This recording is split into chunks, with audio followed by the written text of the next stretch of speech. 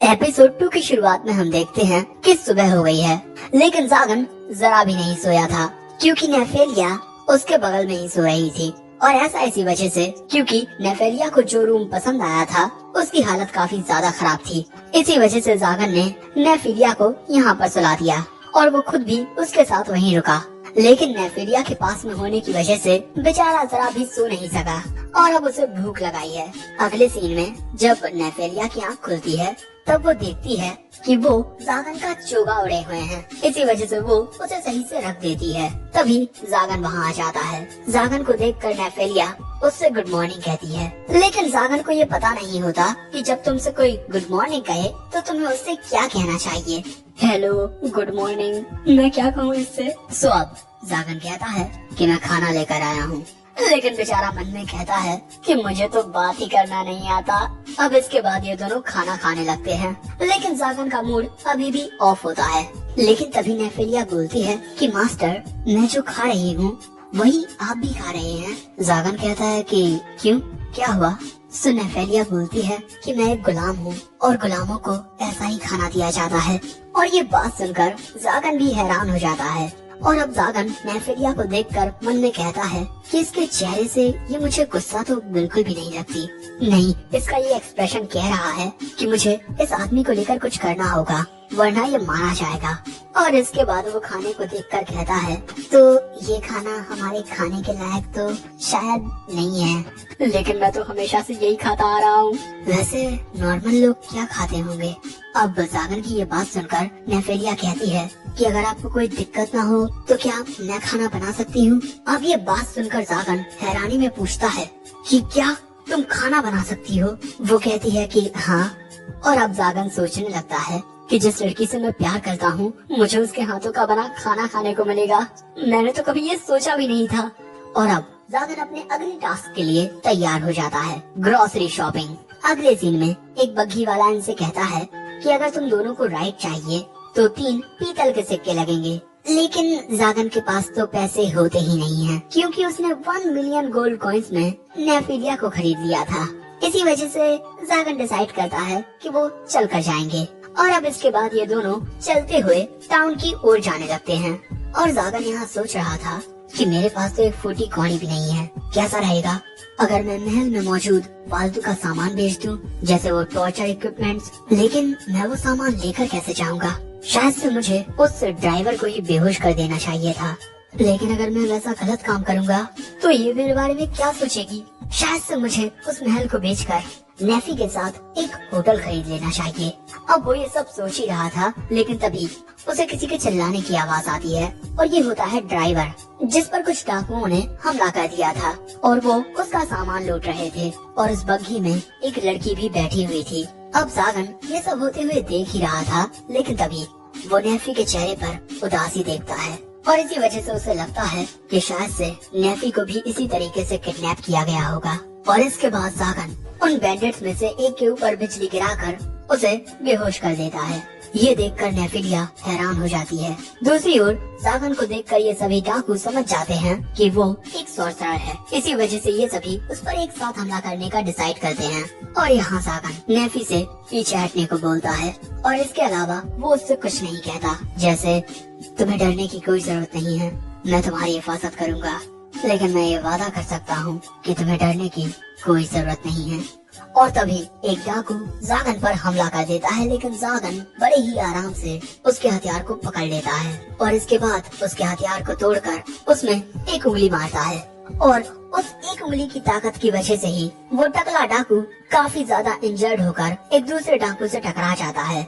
अब ये देखकर दूसरे बैंडिट्स किसी को अपनी मदद के लिए बुलाने लगते हैं और इसके बाद वहाँ पर एक शख्स आ जाता है जो कहता है कि एक सॉर्सरर दूसरों की मदद कर रहा है। वाह, देखो, मैं नहीं जानता कि तुम कौन हो, लेकिन अगर तुम मेरे रास्ते में आओगे तो बहुत ज्यादा पछताओगे। और इसके बाद वो वहाँ पर एक बहुत ही ज्यादा खतरनाक स्पेल कास्ट कर देता है, जिससे चारों ओर आग की लपटें निकलने लगती हैं। लेकिन इससे जागन को जरा भी फर्क नहीं पड़ता और वो अपने हाथ के एक इशारे से ही उन लपटों को खत्म कर देता है। लेकिन इतनी देर में ही ये शख्स इस स्पेल को एक्टिवेट कर देता है। लेकिन लेकिन वो ये देखकर हैरान हो जाता है कि उसका स्पेल एक्टिवेट नहीं हुआ। और ऐसा इसी वजह से है क्योंकि जागन ने इस स्पेल पर से उस शख्स का कंट्रोल हटा दिया है और अब ये स्पेल जागन के इशारे पर एक्टिवेट होगा। और जैसे ही जागन इशारा करता है उस आदमी के ऊपर बिजली आकर गिरती है, जिससे वो आदमी वहीं पर खत्म हो जाता है। और अब जैसे ही दूसरे बैंडिट्स जागन को देखते हैं, उन्हें जागन के अंदर बहुत ज्यादा डार्क ऑरा दिखाई देता है, जिससे वो सभी डरकर वहाँ से भाग जाते हैं। और अब जागन नेफी की ओर मुस्कुराता है, लेकिन वो देखता है कि नेफी अभी भी घबराई हुई है। कहीं मैंने कोई गड़बड़ तो नहीं कर दी? नेफी, तुमने देखा कि ये डाकू कितने कमजोर थे, इसी वजह से तुम्हें इनसे डरने की कोई जरूरत नहीं है। नेफी कहती है कि क्या सच में वो कमजोर थे? दोस्तों, नेफी के साथ साथ बाकी के लोगों को भी जागन की बात पर यकीन नहीं हो रहा था, लेकिन इसके बाद वो सभी जागन का शुक्रिया अदा करने लगते हैं उन्हें बचाने के लिए। दोस्तों, ये सभी लोग उस बग्घी में बैठे हुए थे और तभी राइडर बोलता है कि मिस्टर, क्या आप हमारे साथ टाउन तक चल सकते हैं हमारे प्रोटेक्टर बनकर? मैं आपको इसके बदले पैसे दूंगा। जागन उस पैसे की पोटली को ले लेता है और उसमें काफी सारे पैसे थे। जागन सोचता है कि क्या पैसे कमाना सच में इतना आसान है? अगर मैं लोगों की मदद करूं तो इसके बदले में वो मुझे पैसे देंगे। एक मिनट, लोग तो दूसरों से मदद मांगते हैं हम सॉर्सरर्स से बचने के लिए। वैसे इसके अलावा जागन ये भी सोचता है कि पहले कभी किसी ने उसका इस तरीके से शुक्रिया अदा नहीं किया। दूसरी ओर वो सभी लोग नेफी से कहते हैं कि तुम्हारे मास्टर बहुत ज्यादा अच्छे हैं। और अब नेफी और जागन भी बग्घी में बैठ जाते हैं और यहाँ पर नेफी पूछती है कि मास्टर, आखिर आपने इन लोगों की जान क्यों बचाई? जागन कहता है कि मैं तो बस तुम्हें ये दिखाना चाहता था कि तुम्हें उन डाकुओं से डरने की कोई जरूरत नहीं है। लेकिन तभी जागन सोचता है कि अगर मैं यहाँ पर कुछ प्यारी बातें करूँ तो शायद से ये मुझे पसंद करने लगेगी। और इसके बाद जागन कहता है कि मैंने बस कुछ कीड़े मकोड़ों को उनकी औकात दिखाई है। ये बात सुनकर नेफी जागन की ओर ही देखती रहती है और जागन मन में कहता है कि आखिर मेरे मुंह से ऐसी ही बातें क्यों निकलती हैं। और अगले सीन में ये दोनों पहुंच जाते हैं टाउन में और यहाँ पर जागन सोच रहा था कि ऐसी कौन सी रोजमर्रा की चीजें हो सकती हैं जिनकी जरूरत नेफी को हो। आखिर एक लड़की को क्या क्या चाहिए होता है, मुझे तो कुछ पता ही नहीं। और इसी वजह से वो नेफी से कह देता है कि नेफी, तुम्हें जो भी चाहिए हो वो तुम ले सकती हो। नेफी कहती है कि आप जो चुनेंगे मैं वही लूंगी। सो अब जागन और नेफी आगे बढ़ने लगते हैं, लेकिन तभी जागन देखता है कि नेफी बड़े धीरे धीरे चल रही है और अब उसे एक कपड़े की दुकान दिखाई देती है। दुकान के अंदर पंखों वाली एक लड़की होती है जो जागन को देखकर कहती है कि मैं आपको किस तरह के कपड़े दिखा सकती हूँ मिस्टर। जागन समझ जाता है कि उसे देखकर ये खुश तो बिल्कुल नहीं हुई। वैसे मुझे इस लड़की के लिए कपड़े चाहिए। एक पल के लिए तो मैनुएला नेफी की खूबसूरती में खो जाती है, लेकिन जैसे ही वो नेफी के गले का कॉलर देखती है वो थोड़ी उदास हो जाती है और इसके बाद वो नेफी को अपने साथ ले जाती है। और यहाँ पर जागन भी समझ चुका था कि वो कॉलर काफी अटेंशन अट्रैक्ट कर रहा है। और दोस्तों, तुम्हें याद ही होगा कि ये कॉलर नेफी की ताकतों को कंट्रोल में रखता है और इस कॉलर के बिना वो कहीं भाग भी सकती है। अब जागन ये सब सोच ही रहा था, लेकिन तभी मैनुएला नेफी को बाहर निकालती है और नेफी को देखकर जागन बहुत ज्यादा शॉक्ड हो जाता है क्योंकि नेफी ने कुछ इस प्रकार कपड़े पहने हुए हैं। मैनुएला को ये कपड़े बहुत अच्छे लग रहे हैं। सो जागन कहता है कि आखिर तुमने उसे ऐसे कपड़े क्यों पहनाए? मैनुएला कहती है मुझे लगा कि आपको ये कपड़े पसंद आएंगे, लेकिन यहाँ पर ये दोनों एक दूसरे से नजरें भी नहीं मिला पा रहे थे। नेफी को भी बहुत ज्यादा शर्म आ रही थी। ये देखकर जागन कहता है कि उसे नॉर्मल से कपड़े दिखाओ। सो अब मैनुएला नेफी को दूसरे कपड़े पहनाने के लिए चली जाती है और इसके बाद वो नेफी को एक नॉर्मल सा मेड आउटफिट पहना कर लाती है। और दोस्तों, नेफी इस मेड आउटफिट में बहुत ज्यादा खूबसूरत लग रही थी। वैसे नेफी यहाँ पर जो जूते पहने हुए हैं उन पर हीलिंग सॉर्सरी अप्लाइड है, जिससे वो काम करते हुए जल्दी थकेगी नहीं। सो अब जागन पूछता है कि तुम्हें ये कपड़े कैसे लगे नेफी? नेफी बोलती है कि आप जो भी कहेंगे मैं वो ले लूंगी। जागन बोलता है कि अगर तुम ऐसा कहोगी तो वो तुम्हें पिछले आउटफिट जैसे ही कपड़े पहनाएगी। अब ये देखकर नेफी बोलती है कि मुझे यही कपड़े पसंद है मास्टर। और अब शॉपिंग करने के बाद ये दोनों यहाँ से जाने लगते हैं, लेकिन तभी मैनुएला नेफी के पास आकर कहती है कि तुम बहुत ज्यादा किस्मत वाली हो जो तुम्हें इतनी ज्यादा परवाह करने वाला मास्टर मिला है। ये बात सुनकर नेफी कहती है कि ये मेरी परवाह करता है। अब इसके बाद जागन नेफी को दूसरी दुकान में लेकर जाता है और वो उस दुकानदार से पूछता है कि क्या तुम्हें इस कॉलर को हटाना आता है। अब इस बात से नेफी हैरान हो जाती है। सो जागन कहता है कि जब तक तुम ये कॉलर पहने रहोगी मुझे ऐसा लगेगा कि तुम अभी भी आर्कडीमन मार्कोसियस की हो, इसी वजह से अब तुम्हें इसकी जरूरत नहीं है। ये बात सुनकर नेफी कहती है कि ठीक है, लेकिन तभी जागन मन में कहता है कि मैंने फिर से इससे इस तरीके से बात की जैसे ये कोई चीज हो। लेकिन तभी वो दुकानदार कहता है कि मिस्टर, हम जैसे मामूली लोगों के लिए इसे निकाल पाना नामुमकिन है, और इसके अलावा मैं आपको बता दूं कि ये कॉलर फंसा हुआ है। अगर हमने इसे जोर लगाकर निकालने की कोशिश की तो इसका सिर ही अलग हो जाएगा। इसीलिए सबसे अच्छा रहेगा कि आप इसकी ओरिजिनल चाबी से ही इसे खोलें। लेकिन जितना जागन को याद है, ऑक्शन में कोई चाबी नहीं थी। शायद से वो अभी भी मार्कोसियस के महल में होगी। सो अब जागन उस दुकानदार को कुछ पैसे देता है, लेकिन वो दुकानदार उन पैसों को लेने से मना कर देता है क्योंकि उसने तो कुछ काम किया ही नहीं। और इसके अलावा आज से लगभग 1 साल पहले आपने मेरी और मेरी बेटी की जान बचाई थी, लेकिन उस वक्त हम आपसे डरकर भाग गए। हमें उसके लिए माफ कर दीजिए। अब ये बात सुनकर जागन कहता है कि तुम्हें मेरा आभारी होने की कोई जरूरत नहीं है। मुझे तो याद भी नहीं कि मैंने कब तुम्हारी जान बचाई। लेकिन वो ड्वार्फ बोलता है कि मैं हमेशा आपका आभारी रहूंगा। अब भैया जागन का दिमाग खराब हो रहा था क्योंकि आज वो जिससे भी मिल रहा है वो सभी उसके साथ बहुत अच्छा बिहेव कर रहे हैं। शायद से ये सब नेफी के मेरे साथ होने की वजह से हो रहा है। दूसरी ओर वो ड्वार्फ कहता है कि ये पहले से कितना ज्यादा बदल गया है। अब इसके बाद जागन और नेफी सब्जियां खरीदने लगते हैं और इसी तरह दोस्तों शाम हो जाती है। और इसी वजह से जागन सोचता है कि शाम हो चुकी है, इसी वजह से मुझे अब नेफी से घर पर जाकर खाना नहीं बनवाना चाहिए। और इसी वजह से ये दोनों एक होटल या रेस्टोरेंट में आते हैं खाना खाने के लिए। लेकिन यहाँ पर नेफी कहती है कि मास्टर, क्या आप सच में इस कॉलर को हटाना चाहते हैं? आपको नहीं लगता कि अगर ये कॉलर हट गया तो मैं भाग जाऊंगी? ये बात सुनकर जागन सोचता है कि हाँ, शायद से ऐसा ही होगा। आखिर नेफी मेरे साथ क्यों ही रुकना चाहेगी?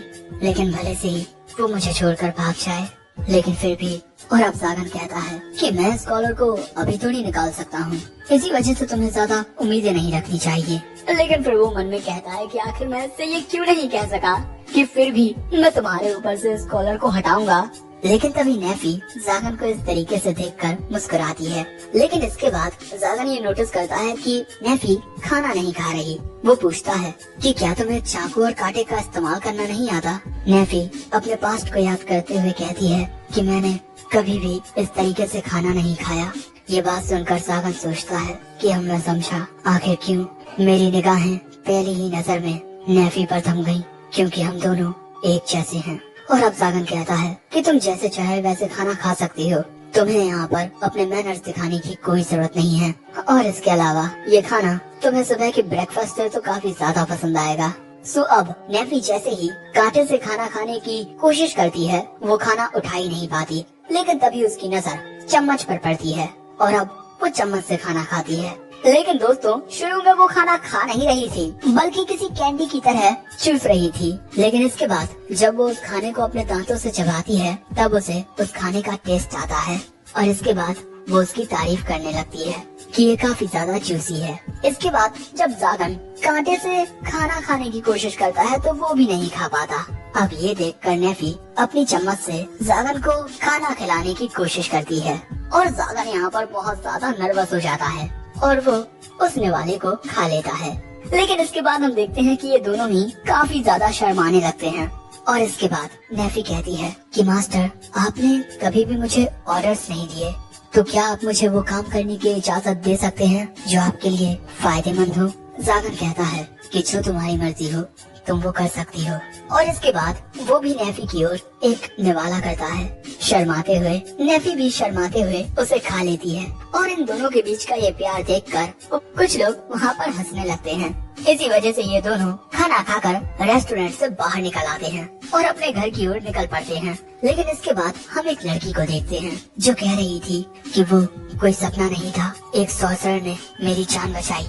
हम ऐसे सॉर्सरर्स को पकड़ रहे थे जो जवान लड़कियों को किडनैप कर रहे थे, लेकिन तभी एक एंजेलिक नाइट ने हम पर हमला कर दिया। लेकिन बाद में मुझे इस बात का एहसास हुआ कि ये उन फेस स्टीलर्स में से एक था। उस ग्रुप का एक मेंबर जिसकी हम तलाश कर रहे थे, लेकिन फिर वो आया, जागन।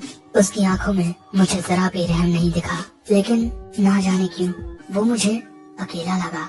अब दोस्तों, तुमने पहले एपिसोड में जिस लड़की को देखा था शुरुआत में, ये वही है, समझ गए ना। अब तभी इस लड़की के पास एक बुढ़ा आता है जो लॉर्ड क्लोवेल है।